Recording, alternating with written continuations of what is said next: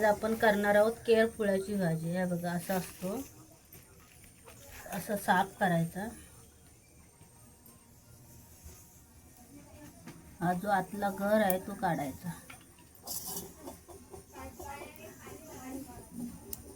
आता आपला हा साफ करून झालाय। आता आपण कापणार आहोत। पाणी घेतलंय,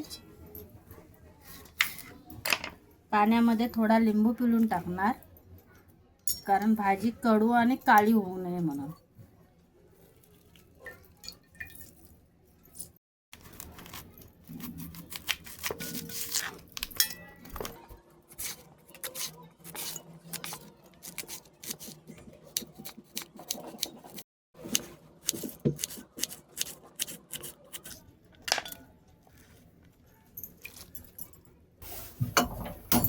उकळवताना तेल टाकणार, मीठ टाकणार, हळद टाकणार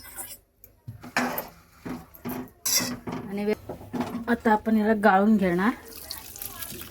लिंबू पिळल्यामुळे भाजी काळी नाही पडली बघा।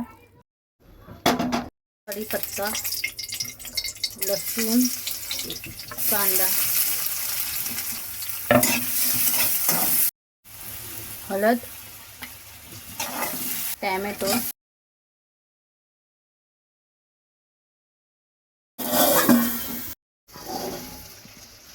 टाकणार, वरून थोडं मीठ टाकणार, मॅगी मसाला टाकणार, कोथिंबीर, ओलं खोबरं।